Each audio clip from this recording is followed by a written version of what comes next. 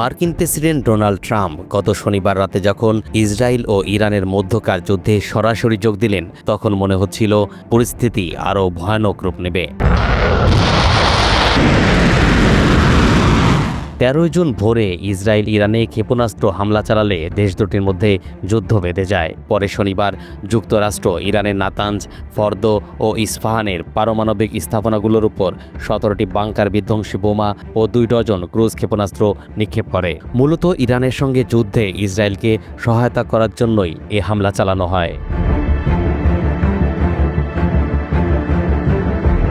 মার্কিন হামলার পর ইরানের পাল্টা জবাব আসে। গত সোমবার সন্ধ্যায় তারা কাতারে যুক্তরাষ্ট্রের মধ্যপ্রাচ্যভিত্তিক সেন্ট্রাল কমান্ড ঘাঁটি আল উদেইদে 14টি ক্ষেপণাস্ত্র ছোড়ে। এ হামলায় ক্ষেপণাস্ত্রগুলো কাতারের রাজধানী দোহার উপর দিয়ে উড়ে যায়, ফলে আতঙ্ক ছড়িয়ে পড়ে।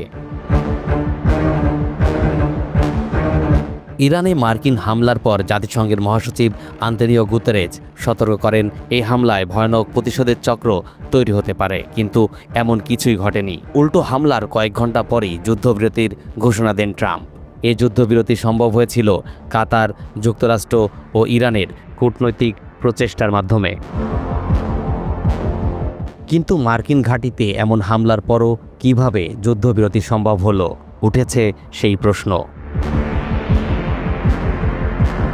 গত সোমবার স্থানীয় সময় সন্ধ্যা 7টায় ইরান কাতারের দিকে হামলা চালায়। কাতার এ হামলাকে অত্যন্ত বিপজ্জনক ও কাতারের সার্বভৌমত্বে সরাসরি লঙ্ঘন বলে নিন্দা জানায় এবং দোহায় ইরানি রাষ্ট্রদূতকে তলব করে। কিন্তু অবাক করা বিষয় হলো ট্রাম্পের সামাজিক যোগাযোগ মাধ্যমের স্ট্যাটাস। সেখানে তিনি লেখেন, আমাদের আগেভাগেই জানানোই ইরানকে ধন্যবাদ। এতে কোনো প্রাণহানি হয়নি, কেউ আহত হননি। এই সতর্কতার ফলে কাতারও প্রস্তুতি নিতে পেরেছিল। তারা 14টি ক্ষেপণাস্ত্রের মধ্যে 13টি ভূপাতিত করে এবং একটি ক্ষেপণাস্ত্র নিরাপদ পথে যেতে দেয়।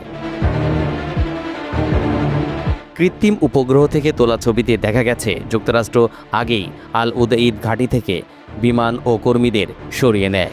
তাই হামলাটিতে প্রাণহানি ও ঝুঁকি কম ছিল। এ হামলায় যুক্তরাষ্ট্রের ঘাঁটি বা কাতার বিমান বাহিনীর উল্লেখযোগ্য কোনো ক্ষতি হয়নি। হামলার 3 ঘন্টা পর ট্রাম্প লেখেন, আমি আনন্দের সঙ্গে জানাচ্ছি কোনো মার্কিন নাগরিক আহত হননি, তেমন কোনো ক্ষতিও হয়নি। সবচেয়ে বড় কথা, ইরান তাদের ক্ষোভ ঝেড়ে ফেলেছে।